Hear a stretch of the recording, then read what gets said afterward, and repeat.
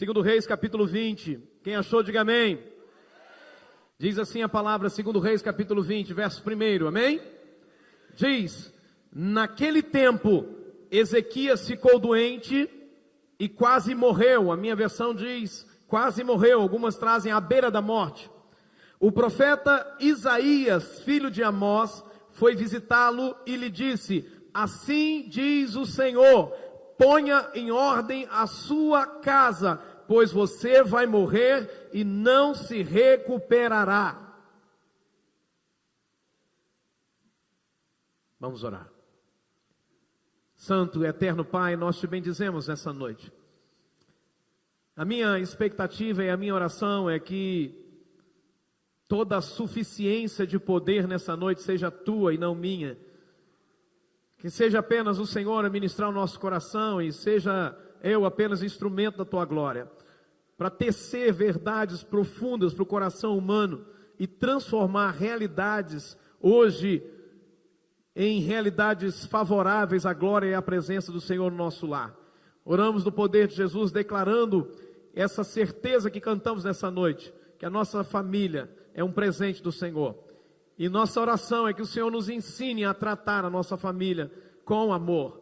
Oramos para que a tua palavra venha sobre nós como espada e nos alcance poderosamente em nome de Jesus. Amém e amém, Jesus. Amém.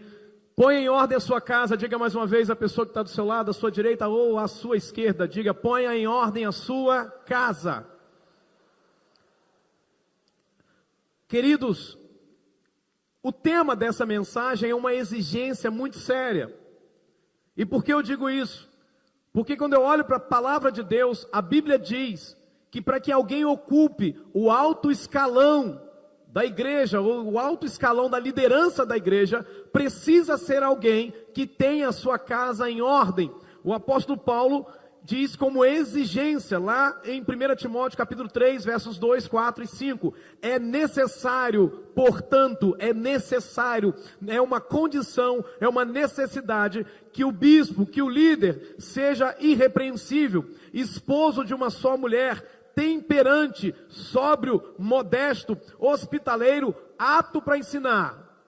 E aí eu fiz questão de frisar isso aqui, e que governe bem a sua própria casa. E aí então, a santa palavra de Deus diz: criando os filhos sob disciplina, com todo respeito, pois se alguém não sabe governar a própria casa, como cuidará da igreja de Deus? Se alguém não sabe governar a própria casa, como cuidará da igreja de Deus? Então veja, esta é uma exigência para alguém que quer ocupar uma função de liderança na igreja, alguém que quer estar no alto escalão da liderança. Então nesse momento, irmãos, eu quero que você, junto comigo, troque o nome de Ezequias e ponha o teu nome. Imagine Deus vindo até você, e eu já fiz isso, já coloquei o meu nome no lugar de Ezequias, e Deus chegando até mim e falando com essas palavras. Deus dizendo: ponha em ordem a sua casa, pois você vai morrer. Procure por alguns instantes entrar comigo nesse texto e se ver como Ezequias se viu. Procure agora junto comigo pensar, se Deus estivesse usando o seu nome não de Ezequias, e dissesse para você o seguinte: olha, você precisa colocar a sua casa em ordem, porque você vai morrer. A minha pergunta para você nessa noite é: o que você faria primeiro? Qual seria a sua primeira atitude? Qual seria a primeira mudança que você faria? Qual seria a área da sua família que você vê assim que mais necessita de urgência de colocar ordem? Como é que você faria isso? Que atitudes você tomaria? O que é que você tiraria? O que é que você acrescentaria? O que é que você valorizaria mais? E o que é que você desprezaria mais? O que é que você abandonaria? O que você deixaria de fazer? E o que você faria mais? Quantos estão entendendo? Amém? Então essa é a questão. E eu preciso te adiantar uma coisa. Família, ela é composta de gente. Família é composta de pessoas. E aí você precisa entender uma coisa nessa noite. Que antes de você pensar assim: a minha família, pastor, ela tem que mudar. eu quero que você entenda que a mudança da sua família é também a sua mudança. E quando você diz que a sua família tem que mudar, você precisa compreender que você tem que mudar. Quando eu digo que a minha família precisa mudar, significa que eu tenho que mudar. Posso ouvir um amém? Então, eu penso o seguinte, meus amados, que se Deus estivesse falando comigo, dissesse: Rodrigo, põe a sua casa em ordem, porque você vai morrer. Eu penso, meus amados, que o que eu faria mais é que eu elogiaria mais. A primeira coisa que eu faria mais é que eu elogiaria mais. Eu elogiaria mais a minha família. John Maxwell, ele disse o seguinte, que o elogio, ele é o oxigênio da alma. O elogio é o oxigênio para a alma. John Maxwell é um grande líder e um homem que se destaca em liderança. O elogio é o oxigênio para a alma.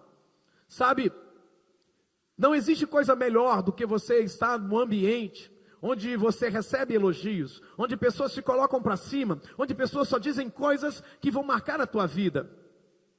Essa semana, conversando com um adolescente de 13 anos de idade, esse adolescente se sente feio, ele se sente pior que todo mundo. Então, para que ele já se sente rejeitado pela sua família, então para que ele não sofra mais rejeição de outras pessoas, ele agora está rejeitando outras pessoas. E quando eu falo que ele está rejeitando outras pessoas, é que ele está se isolando agora. Agora está vivendo enclausurado, envolvido com os videogames, envolvido com outras coisas. Então escute, o que é que deu errado? É que a figura paterna não tece elogios, só críticas, só críticas, só críticas. E eu então cheguei a uma conclusão montando um quebra-cabeça sobre elogiar. Então eu escrevi uma frase assim dizendo que elogiar é destacar. Então o que nós elogiamos, nós destacamos. Por exemplo, eu elogio o vestido da minha esposa, então estou destacando o vestido da minha esposa, ou a beleza da minha esposa. Então, quando nós elogiamos, nós destacamos. E o que nós destacamos fica evidente, aparece mais. E aquilo que fica evidente passa a ser lembrado. E aquilo que é lembrado também é algo que vai ser praticado. E aquilo que é praticado se torna hábito. E aquilo que é hábito vai ser incorporado ao meu caráter. Amém? Se você quiser tirar uma foto dessa frase, tire. Muitas vezes nós somos tão tolos, que nós ficamos sempre destacando os defeitos da nossa família. Porque meu pai é assim, porque minha mãe é assim, porque meu filho, pelo amor de Deus, porque é isso, porque fulano é isso. E aí, queridos, nós destacamos as falhas, nós destacamos os defeitos da nossa família, dos nossos familiares. E qual é o resultado quando a gente faz isso? Simples, o resultado é que a situação nunca melhora, só piora. Porque o que nós destacamos se torna evidente. O que se torna evidente é sempre lembrado.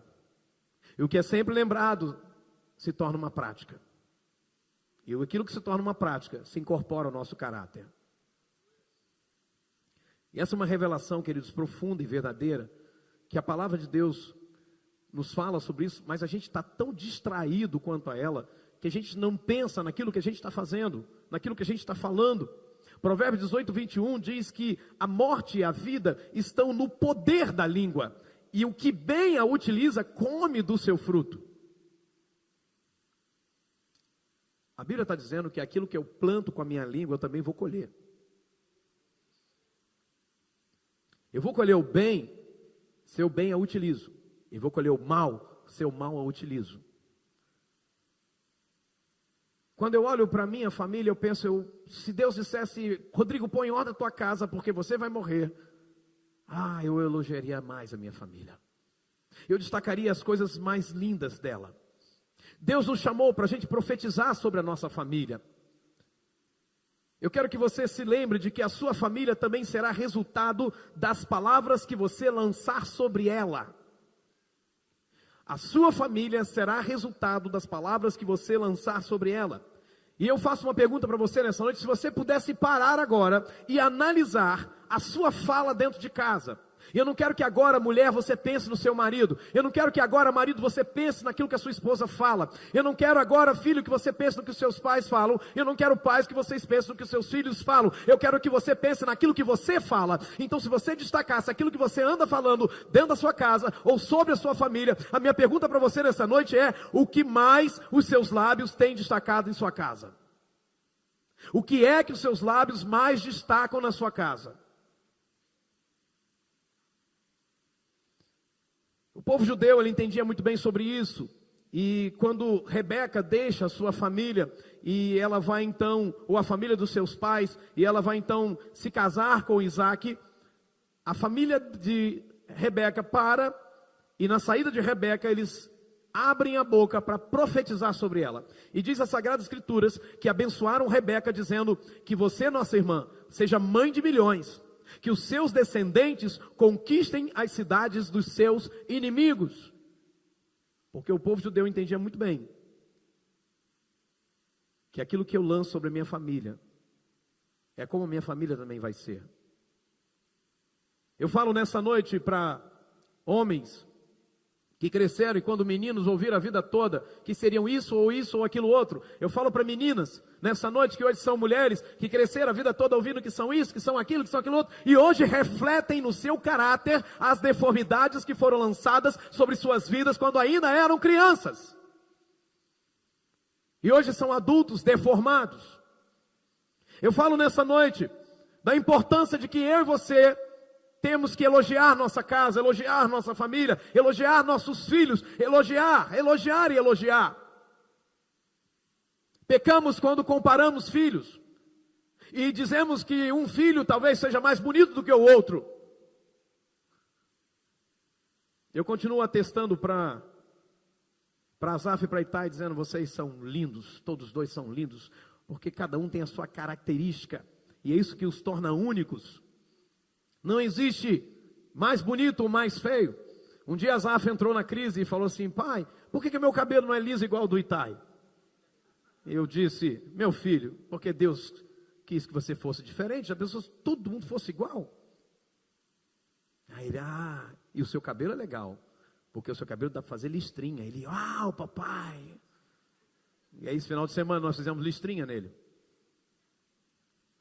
Sabe, quando olhamos para Jacó, nós vemos Isaac, o pai de Jacó, errando quando ele permite que pessoas chamassem o seu filho de Jacó, porque Jacó significa enganador, trapaceiro. Diz a Bíblia que depois nasceu o irmão de Esaú, e ele segurava com a mão o calcanhar, ou melhor, nasceu o irmão, que é Jacó, e segurava com a mão o calcanhar de Esaú. Até aqui esse menino não tem nome, era só um menino que segurava um calcanhar.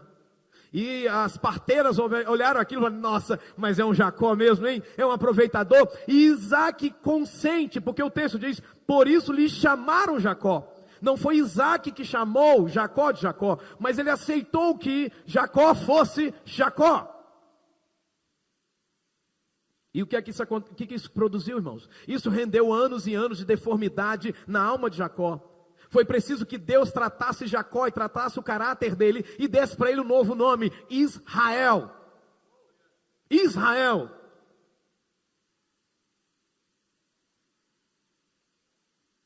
Israel. Porque El é um nome para Deus.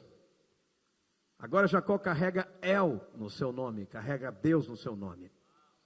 Aleluia. No Novo Testamento nós podemos ver isso também, quando Zacarias profetiza sobre o seu filho João Batista. Diz a palavra que Zacarias, seu pai, cheio do Espírito Santo, profetizou: tu, menino, serás chamado profeta do Altíssimo. Irmão, imagina que palavra profética. Você vai ser um profeta de Deus. Eu digo isso para os meus filhos: você vai ser um profeta de Deus. Você vai preceder o Senhor, você vai preparar o caminho para o Senhor.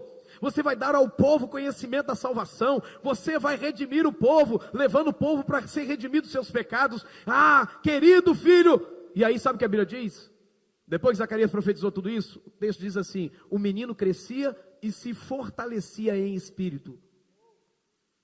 Você quer ver o teu filho crescendo e se fortalecendo em espírito? Você quer ver a tua filha brilhando, sabe, se destacando na universidade, se destacando na escola, se destacando na sociedade? Elogie, profetize, abra sua boca e declare o bem de Deus para os seus filhos. Não destaque os defeitos, não destaque as falhas. Nós somos muitas vezes tão pessimistas que o que nós mais fazemos é destacar as falhas, os erros dos nossos filhos. É simples. Por causa do pecado, pela nossa própria estrutura, nós lembramos muito mais rápido das coisas erradas que fizeram conosco, das coisas más que fizeram conosco, do que das coisas boas. Se eu pedir para você se levantar e falar para mim 5 coisas boas que aconteceram na sua vida, você vai levar um tempão para dizer quais foram as 5 coisas que aconteceram na sua vida essa semana, boas.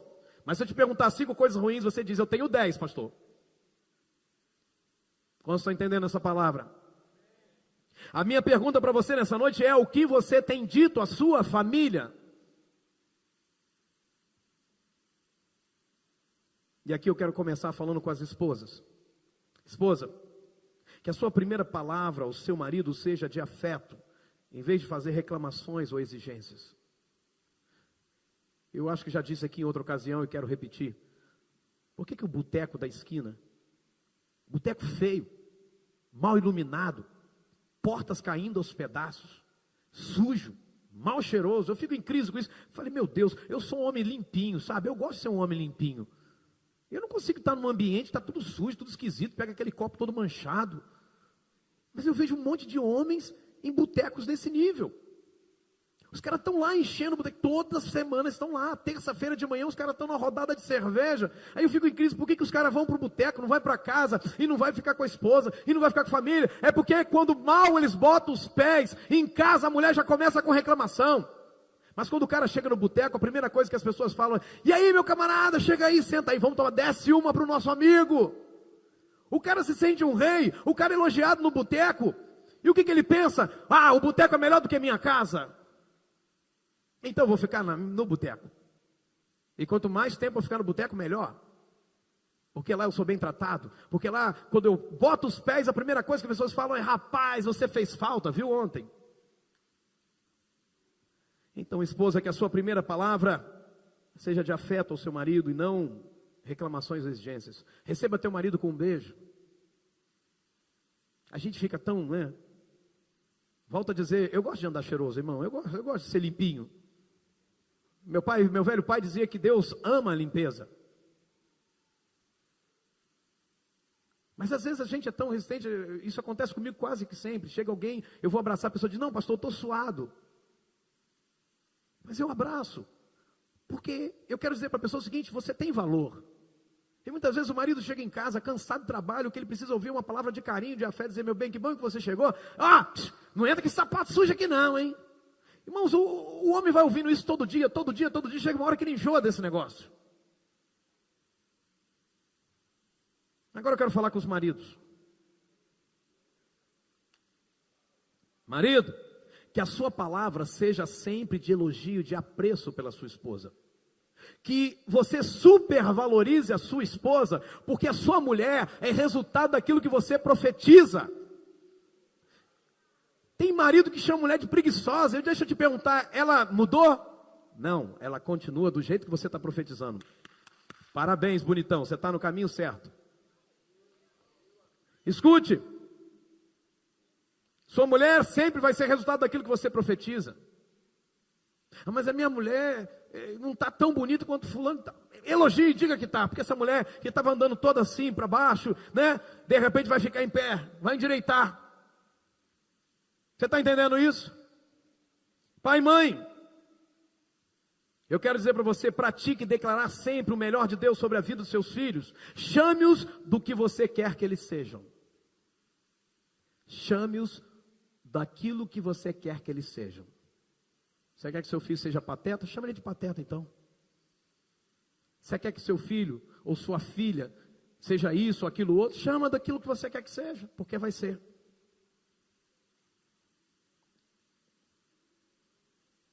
Tem pai que chama filho de pateta, que chama filho de bichinha, que chama menina de idiota. Eu quero falar com os filhos.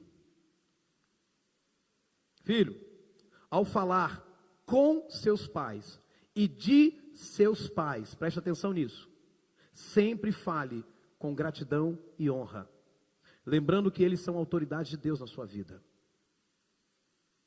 Sempre fale deles com gratidão e honra. Honre seus pais, vendo-os como autoridade de Deus para a sua vida. Então, se Deus dissesse para mim, bota a tua casa em ordem que tu vai morrer, eu diria então que a primeira coisa que eu faria é que eu elogiaria mais. Eu quero fechar esse primeiro pensamento com você dizendo o seguinte: para mim, toda comunicação começa com a minha disposição em dar atenção. Você gosta de conversar com uma pessoa que está de frente para você, mas está olhando para o outro lado? Às vezes eu peco assim, porque eu fico com a minha parabólica, né, ligada, olhando tudo ao meu redor, e às vezes o irmão está falando aqui, eu fico assim, mas eu estou prestando atenção, mas eu sei que é horrível, é no mínimo falta de educação. Mas é bom a gente olhar nos olhos. E com essa geração hoje que está presa no celular, presa no WhatsApp, as pessoas perderam o brilho de falar olhando nos olhos. E eu fecho esse primeiro ponto dizendo isso. Mas muito bem, já que eu tenho pouco tempo de vida, já que Deus disse que eu vou morrer, o que eu faria mais? Bem, sabe o que eu faria mais? Eu diria o seguinte: eu me preocuparia mais com o meu testemunho de vida. Eu me preocuparia mais com o meu testemunho de vida. Sabe por quê, meus irmãos? Eu tenho dito sempre o seguinte, que as palavras, elas tocam, mas os exemplos arrastam. Preste atenção nisso. Se nós soubéssemos, em nosso íntimo, e aqui eu falo de revelação, não de intelecto, de entendimento, se nós soubéssemos em nosso íntimo, que os nossos filhos, eles estão mais atentos àquilo que fazemos, do que àquilo que falamos, então a gente se preocuparia mais. Eu acho que todos nós mudaríamos de atitude. Você pode dizer um amém? Se nós soubéssemos no nosso íntimo como revelação, de que os nossos filhos estão mais atentos àquilo que nós fazemos, do que àquilo que nós falamos, meu irmão, de que eles estão mais atentos ao nosso comportamento, do que ao nosso discurso, nossas atitudes seriam outras. Se nós soubéssemos que para nossa esposa, ou para o nosso marido, dizer eu te amo tem um certo peso, mas ainda assim amar na prática tem um peso muito maior, então a gente se preocuparia mais com a prática do que com o discurso, mais com aquilo que a gente está fazendo. Eu acho que todos nós, irmãos, nós mudaríamos. A Bíblia nos mostra isso quando fala dos relacionamentos. Por exemplo, nós podemos observar ao longo da história dos reis de Israel e dos reis de Judá, que os filhos não copiaram o discurso dos pais, os filhos copiaram o comportamento dos seus pais. A gente observa na história dos reis de Israel, que o exemplo dos pais exerceu um grande poder sobre o comportamento dos filhos. Então, destacando aqui, por exemplo, o rei Amon, diz a Bíblia o seguinte, que como seu pai Manassés, Amon fez coisas erradas, que não agradam a Deus, o Senhor, como o seu pai. Veja, não diz a Bíblia que Amon copiou o discurso do seu pai, mas diz a Bíblia que Amon copiou o comportamento do seu pai. Por exemplo, eu posso destacar o rei Josafá, e agora eu destaco um comportamento positivo. O primeiro eu destaquei um comportamento negativo, mas o rei Josafá, todo mundo fala muito bem do rei Josafá. O rei Josafá foi demais. Nossa, ele reabriu o templo, ele fez tanta coisa, meu Deus, meu Deus. Mas olha o que o texto diz. Como Asa, o seu pai, havia feito antes dele, Josafá fez o que o Senhor Deus considerava certo. Mas como o seu pai Asa, de acordo com o comportamento do seu pai, Josafá fez aquilo que Deus considerava certo. É interessante que o próprio Senhor Jesus, ele nos causa impacto no Novo Testamento, quando ele mostra o poder do exemplo, o poder do testemunho de vida. Ele diz, por exemplo, lá em João 5,19, Jesus então disse para eles, eu afirmo a vocês que isto aqui é verdade. Olha só, e Jesus agora então traz um destaque para aquilo que ele vai falar. Ele diz assim, o filho não pode fazer nada por sua própria conta, pois ele só faz o que vê o pai fazer. Tudo que o pai faz, o filho também faz. Sabe por quê, querido? Que o teu filho trata a tua esposa mal? Sabe por quê que o teu filho trata a mãe dele mal? Porque ele vê o pai dele fazendo isso. Você está entendendo isso, amém? Hoje muitos filhos de irmãos desta igreja, até de fora dessa igreja, de outras igrejas, as igrejas de qualquer lugar, estão fora da casa de Deus. E escute, não é porque, querido pai, querida mãe, não é porque você falhou em falar para eles sobre Jesus.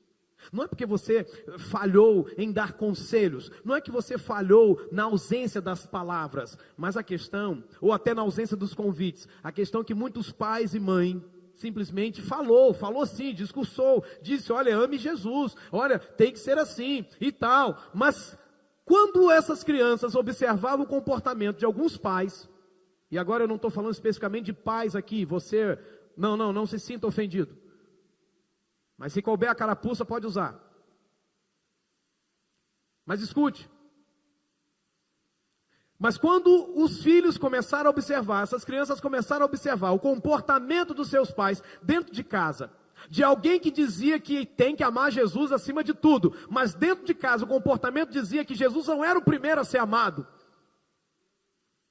Essas crianças não começaram a olhar que alguém que dizia que amava Jesus sobre todas as coisas, mas que na prática amava mesmo eram as outras coisas, então as crianças começaram a dizer, não, tá, o discurso é legal, mas o comportamento não é igual.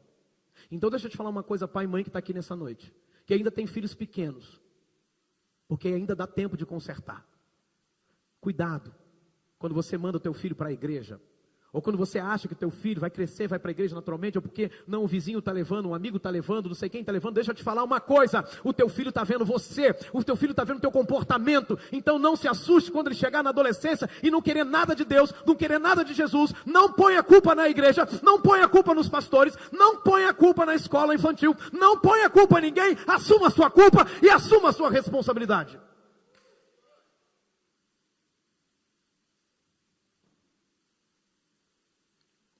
Escute, a sua família se inspira em você como exemplo de servo de Deus. Não é o que você fala, é o que você faz. Então quando você volta para casa, depois de um culto, depois de uma escola, e começa a falar de uma liderança da igreja, e começa a falar dos seus pastores, e começa a falar de um irmão A, de um irmão B, do irmão C, escute, o teu filho está vendo isso. Quando você senta à mesa, e a primeira palavra que você tem é criticar a igreja que você congrega, cuidado que teu filho está vendo isso. Não se assuste se depois ele não quiser nada com a igreja que você manda ele ir. E nem com nenhuma outra. Há uma história que eu acho muito fantástica que fala de responsabilidade. Um certo pai tinha um carro e o seu veículo deu defeito, ele deixou o carro na oficina e pediu o filho para poder pegar o carro. E esse pai estava no escritório, ligou para o filho, filho, põe o carro, né? E o filho então foi buscar o carro, e o pai ficou esperando, e as horas se passaram, e as horas se passaram, as horas se passaram. Até que esse pai ligou para a oficina e perguntou, vocês já liberaram o carro? Meu filho foi buscar o carro, não sei como é que está isso aí. Não, já saiu, já tem mais de 5 horas que seu filho saiu com o carro daqui. Então o pai continuou esperando no escritório, não ligou para o filho então chegou 5 horas depois. Estacionou o carro, o pai desceu do escritório, entrou no carro no lado do carona, o filho estava guiando. E de repente, no meio da estrada, o pai pergunta para o filho, filho, a que horas você pegou o carro na oficina? Ele diz, pai, eles atrasaram demais lá. Peguei o carro agora, não tem nem 15 minutos, saí de lá, vim correndo agora para te buscar, eles atrasaram demais. Naquela hora o pai se enfureceu e disse, para o carro, filho, para o carro agora. E o filho então para o carro, meio que tremendo, e o pai virou para o filho e disse o seguinte, abra a porta, destrava a porta. Ele destravou a porta, o pai saiu e falou assim, pode ir embora para casa, porque eu vou a pé. Que isso, pai? Porque eu tenho que ir refletindo para casa, pensando onde eu errei, para que eu tenha um filho mentiroso. Bom, já que eu tenho pouco tempo, e já que eu vou morrer, o que é que eu faria mais? Bem, o que eu faria mais é que eu amaria mais a minha família. De todas as coisas, a Bíblia coloca acima o amor. Em 1 Coríntios 13:3 está escrito, e ainda que eu distribua todos os meus bens entre os pobres, e ainda que eu entregue o meu próprio corpo a ser queimado, se eu não tiver amor, nada disso me aproveitará. Queridos, é o amor que faz com que haja respeito na família. É o amor que faz isso. É o amor que faz com que tenha fidelidade no lar. É o amor que faz com que eu tenha cuidado com os meus. É o amor que faz com que eu note as outras pessoas. Deus amava Caim. E por isso ele notou que Caim estava diferente. A Bíblia diz em Gênesis 4:6, então lhe disse o Senhor, por que andas irado, Caim? E por que descaiu o teu semblante? Queridos, Deus nota o semblante de Caim diferente. E ao notar o semblante de Caim diferente, Deus faz uma pergunta: o que está acontecendo com você? Eu fico assustado com pais que não conseguem notar quando os filhos se envolvem nas drogas. Por quê? Porque não olham nos olhos dos seus filhos. Eu fico preocupado quando pais não conseguem notar que seus filhos sofreram violência sexual. O comportamento muda, o semblante muda, as atitudes mudam. E muitas vezes o filho não tem a liberdade de confessar isso aos seus pais, porque ao longo da construção desse relacionamento pai e filho, ou pai e mãe e filhos, ao longo dessa construção de relacionamento, o que ocorre é que o filho chega à conclusão que não pode confiar no pai, porque o pai não inspira confiança, só critica, só reclama. Tenho treinado meus filhos, você é testemunha disso, de que, eu digo sempre para o Azaf, e o Itai já sabe disso também. Obrigado, filho. Eu digo sempre para o Azaf e Itai, eu repito isso para ele, digo para ele o seguinte: quem é o seu amigo de verdade? E aí eles dizem: papai. Mas quem é o seu melhor amigo? Eles dizem: Jesus. Essa construção é importante. Hoje à tarde, eu conversei com o Azaf para ele dormir no quarto dele. Porque ele fala assim: não, pai, e Itai já chega assim: papai, eu posso dormir só um pouquinho no seu quarto? Só um pouquinho. É engraçado demais ele falando: papai, só um pouquinho, então um pouquinho. Depois eu te levo para o seu quarto. Ele: não, quando dormir você me leva. Mas só quando dormir. Ontem tentei levar, ele abriu o olho: não, papai, agora não. Mas Azaf não queria dormir, e ele disse assim para mim: pai, como é que eu vou dormir sem a mamãe? Ele é um bom argumentador. E eu disse para ele: filho, nem sempre você vai ter papai e mamãe perto de você, mas você sempre vai ter Jesus perto de você. Vamos falar com ele? Eu abracei com Azaf, a gente orou, e ele simplesmente deitou e dormiu. Aquele menino que estava sem segurança, passou a ter segurança porque o pai disse para ele: olha, você pode confiar no papai que está dizendo para você que Jesus está aqui com você. É o amor que vai nos impulsionar a expressar amor. A Bíblia diz que o maior amor de todos foi derramado na vida dos salvos. Diz: porque o amor de Deus é derramado em nosso coração pelo Espírito Santo que nos foi outorgado. Talvez você diga: pastor, a minha construção familiar foi disfuncional. E eu te diria então: a minha também. E eu diria então: quem não foi? Ninguém tem uma família perfeita numa terra imperfeita.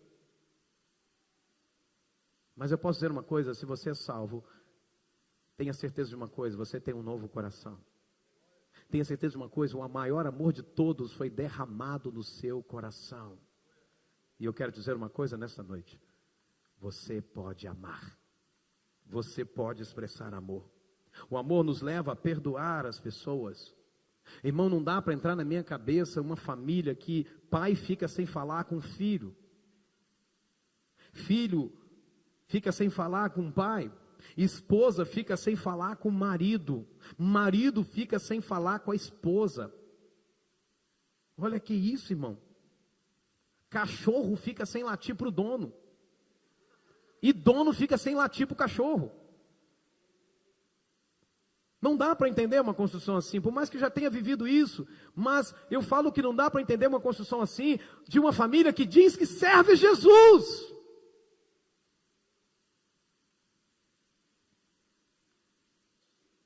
E antes de mais nada, eu preciso dizer isso: Deus não é como nós.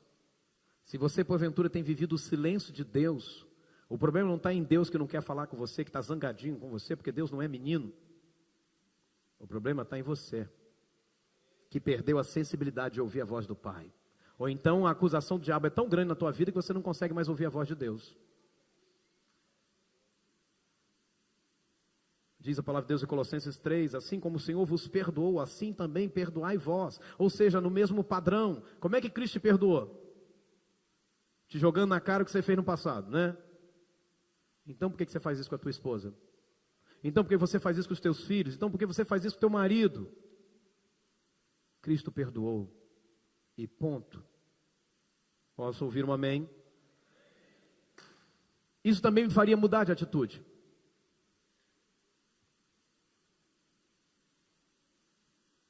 Então eu amaria mais, não abrindo mão de ser transparente com eles, acerca de como eu estou me sentindo. Sabe quando a esposa pergunta, está tudo bem com você?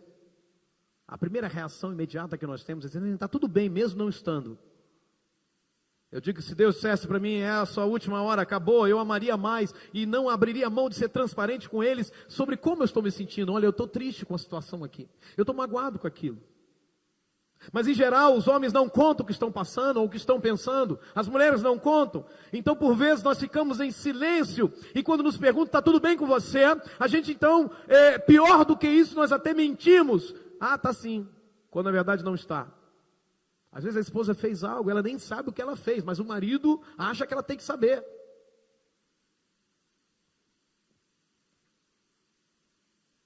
Eu amaria mais, não deixando de me sentar com eles para uma refeição. Hoje, a mesa da casa tem estado vazia, ou quando muito ela tem um enfeite sobre ela. Porque em geral, cada um está comendo num cômodo diferente. Um come no chão da sala, outro come lá na cozinha, outro vai para o quarto e tranca a porta, outro... Irmão, a mesa, o lugar da mesa, centralizar, sentar para tomar um café, sentar para almoçar juntos, olhando um no olho do outro, ou um nos olhos do outro. Isso precisa ser consertado. Posso ouvir um amém? Que esse amém se traduza, se complete na prática. Eu também amaria mais não deixando de disciplinar meus filhos. Eu amaria mais não deixando de disciplinar os meus filhos. A Bíblia diz em Provérbios 13, 24, e disciplinar aqui, irmão, eu preciso te ajudar a entender isso. Não é apenas uma disciplina corretiva, no sentido do uso da vara para eliminar algum mal, não. Eu estou falando até mais além. Disciplinar é treinar para superar obstáculos. Tem muito filho banana, e me perdoe a expressão banana, mas é simplesmente fruto de um pai banana, que não treina o filho para ir além. E quando o filho chora, cede ao choro do filho. Meus filhos são como os filhos de qualquer um aqui nesse lugar. E como qualquer filho aqui precisa ser treinado. Eu treino os meus filhos. E percebo quando eles estão jogando, porque eles jogam. São excelentes jogadores. Nossos filhos jogam muito. Eles sabem como chorar para fazer a gente ceder ao choro deles. Então um dia eu cheguei para Azaf, sentei com ele e falei, filho, não adianta você chorar. Se você está chorando para tentar enganar papai, para tentar fazer papai ceder, eu quero te avisar. Você pode até chorar, mas papai não vai ceder. Então eu vou te dar um conselho, não chore. Porque eu não vou ceder. Sabe o que Azaf fez? Parou de chorar. Porque era um jogo. Tem muito pai que cede. Se o filho começa a chorar num ambiente de igreja, ele dá aquilo que o filho quer. Então deixa eu te falar, se você continuar fazendo isso, teu filho vai crescer, vai se tornar um adulto que vai continuar chorando para ter as coisas. É aquele marido que quando discute com a esposa diz, acabou, não dá mais, não aguento mais você, ele chora, cai de joelho, ele esperneia, ele, não, por favor, por favor.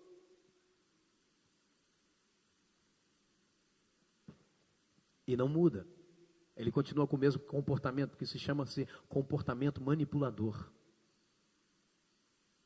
Ele acha que com choro, ele vai poder manipular pessoas. Toda vez que ele vai ser confrontado como homem, ele chora. Vocês estão me acusando, vocês não entendem. Tá vendo? Eu vou sair, eu vou embora, eu vou vazar no mundo, eu vou me matar. Mentira, não tem coragem para isso, é frouxo. Ele só está manipulando. Ele só está tentando manipular.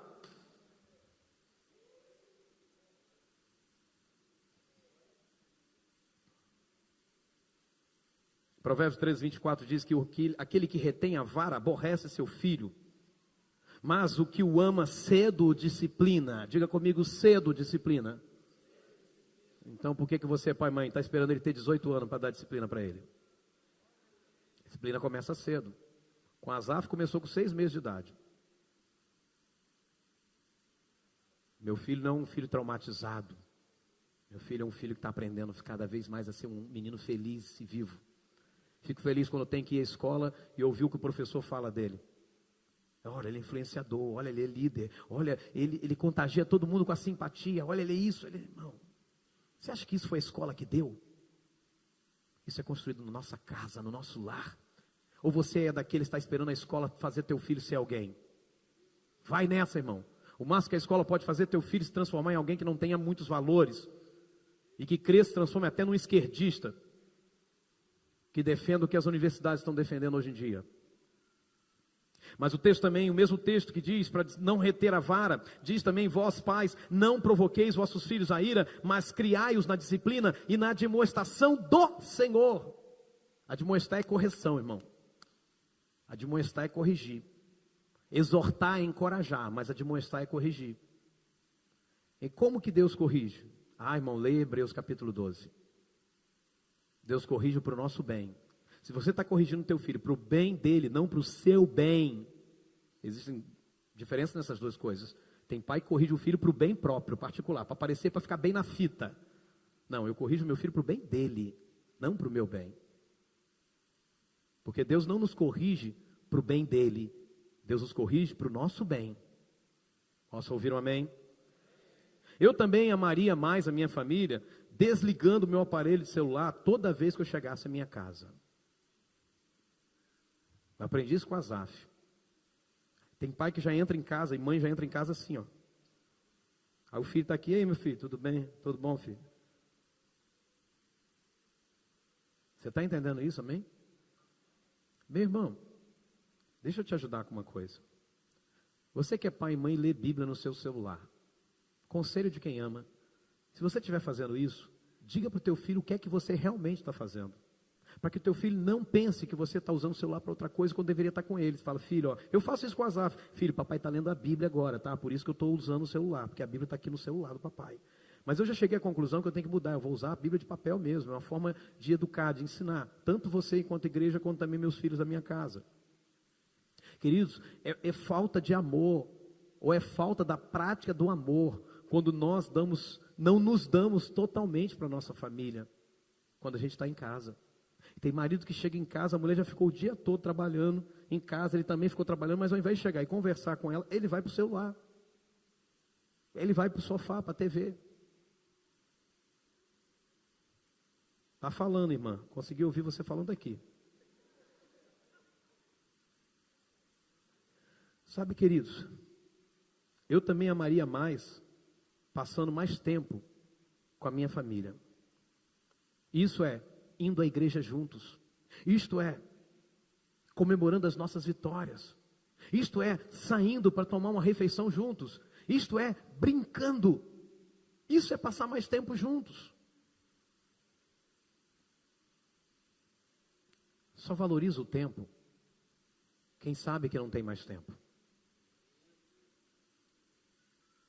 É triste ver quando uma mãe chora por um filho que ela perdeu e diz: eu poderia ter abraçado mais, eu poderia ter ficado mais com ele. Bom, se esses fossem os meus últimos dias, eu faria mais uma coisa. Eu faria de Jesus o centro de tudo na minha família. Eu preciso dizer isso. Deus, ele não invade a nossa casa. Deus, ele não invade a nossa família. É preciso convidá-lo, é preciso fazer questão da presença dele. Eu olho, por exemplo, para Obed-Edom, e quando Davi pega a arca e leva para dentro de Jerusalém, ele leva da forma errada, e aquilo custa a vida de usar. A Bíblia diz que todo mundo teve um temor muito grande, porque, irmão, vem comigo.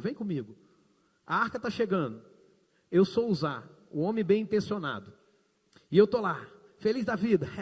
O carro de bois tropeça numa pedra. Eu ponho a mão na arca, porque balançou a arca e ia cair. Eu ponho a mão na arca e eu morro na hora. Pergunta que vale R$1 milhão.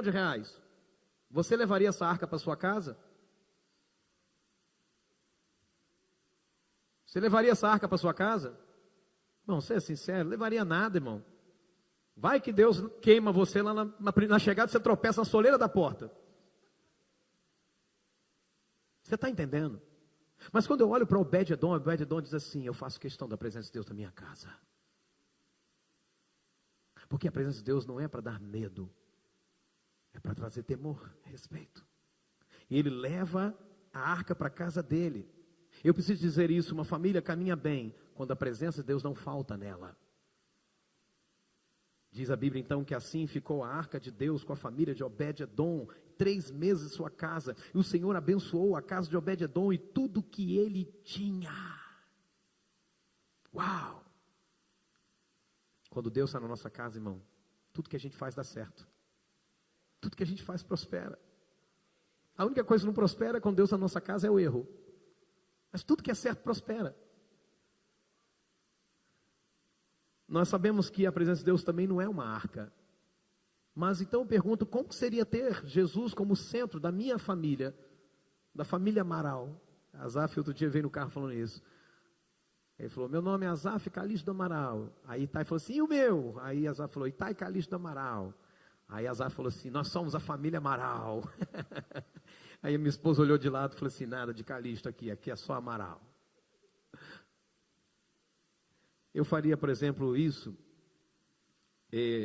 tendo Jesus como centro da minha família, eu faria isso levando mais a sério a oração dentro da minha casa.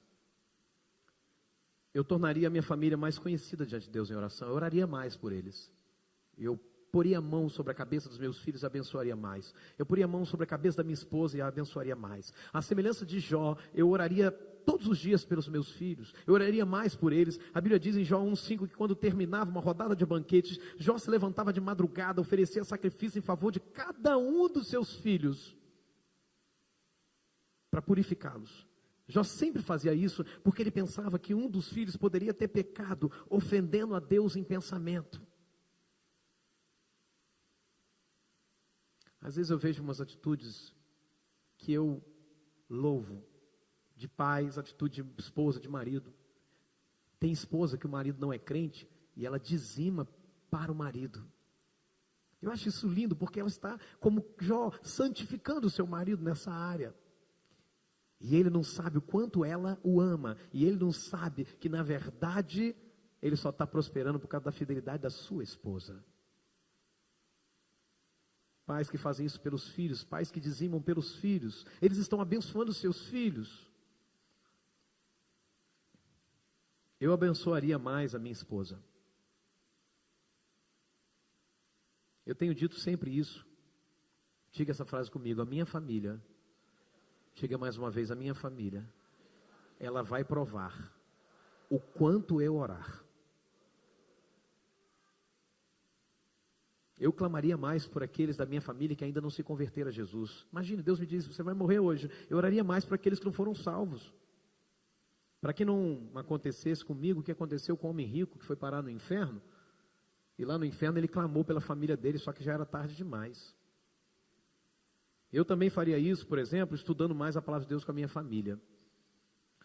É uma ordem de Deus para o povo de Israel e também para nós, mas nós temos sido tão desobedientes a essa ordem.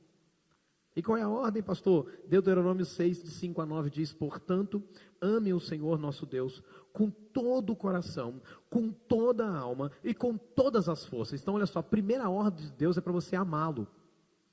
A primeira ordem de Deus é para você se envolver com esse amor, com todas as forças, com todo o coração, com toda a alma. Essa é a primeira ordem. Ame a Deus. Por que Deus começa dizendo ame a Ele, para depois falar obedeça aos estatutos? Por quê? Porque o exemplo vale mais do que as palavras, irmão. Veja, guardem sempre no coração as leis que eu lhes estou dando hoje, e não deixem de ensiná-las aos seus filhos. Repitam essas leis em casa e fora de casa. Esse é o maior erro dessa geração, que acha que o único lugar que se tem para ensinar a Bíblia é na igreja. E o pior, seu filho, eu acho isso tão ridículo. E a partir de hoje, vamos mudar esse discurso em nome de Jesus? Qual, pastor? Eu vou te contar. É isso que você está aprendendo na igreja? Você sabe que não é, então para que está dizendo isso? Não, pastor, para ver se ele muda. Talvez ele possa responder, não, pai, é porque isso eu estou aprendendo com você.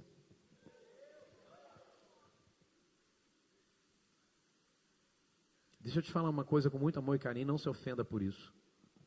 Se você não ensinar, o mundo vai ensinar do jeito dele. Esse é o tempo da gente voltar, irmãos. Da gente voltar. Eu preciso dizer isso. Muitos filhos desta igreja têm orgulho dos seus pais. E quando crescerem, esses filhos vão estar olhando os vídeos no YouTube. Talvez vai ser outra coisa quando eles estiverem maiores, mas vai ver você trabalhando na obra dessa igreja. Vai ver você envolvido. Irmão, teu filho tem orgulho de você, você pode ter certeza disso. Eu sempre lembro da minha mãe é uma mulher fiel. Tinha campanha na igreja, minha mãe ofertava, ela abraçava as causas. Eu acho tão lindo o que papai fazia. Só que hoje tem um negócio meio esquisito. Os pais cruzam os braços e assistem os filhos servindo na casa de Deus. Irmão, seja exemplo, vai para cima, vai para frente.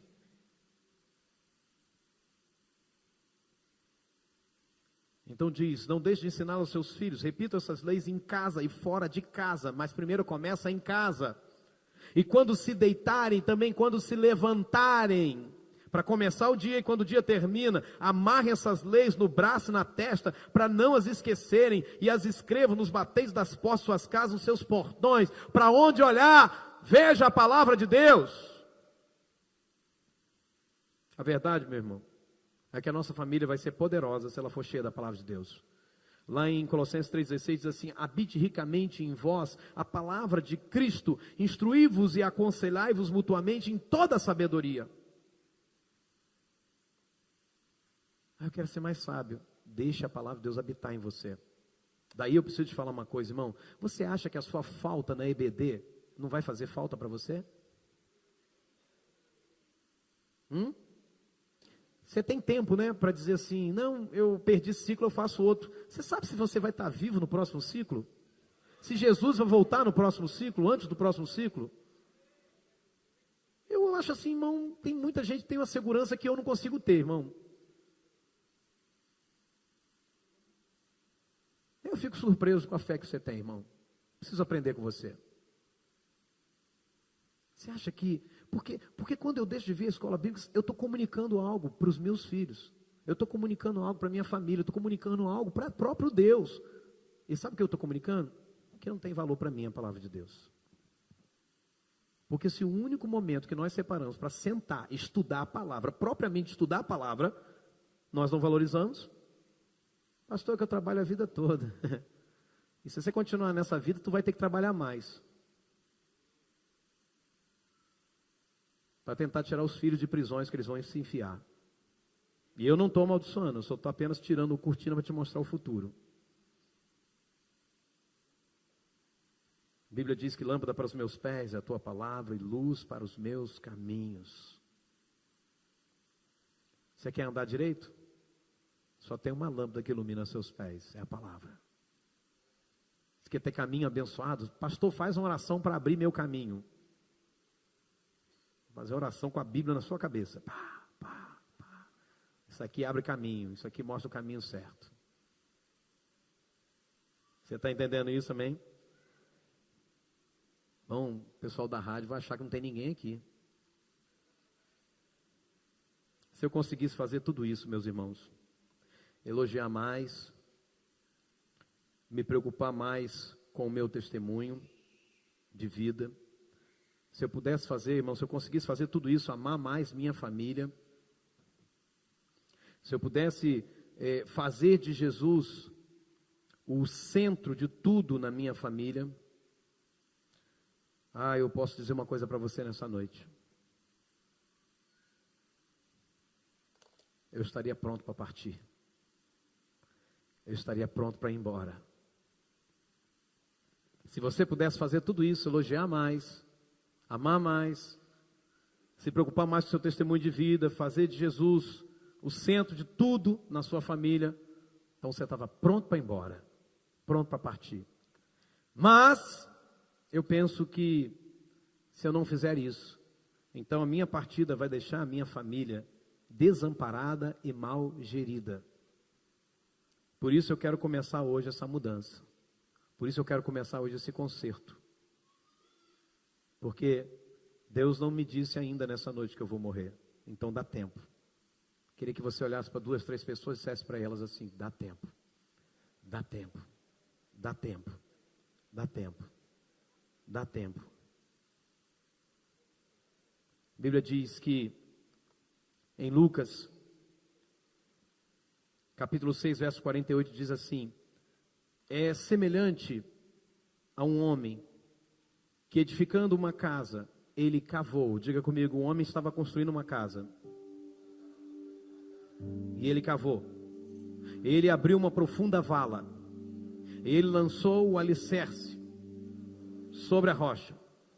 E vindo a enchente, arrojou-se o rio contra aquela casa. E não a pôde abalar, por ela ter sido bem construída. Fique de pé, por favor. Não me interprete mal, irmão. Eu acho que você já conhece o pastor que você tem. Meu objetivo aqui nessa noite não é diminuir você, mas aumentar você. É tirar você de uma geração mimimi, que arruma desculpa para tudo, para aquilo que não se faz, e dizer a você o seguinte: dá tempo de mudar. Mas para isso a gente precisa cavar fundo.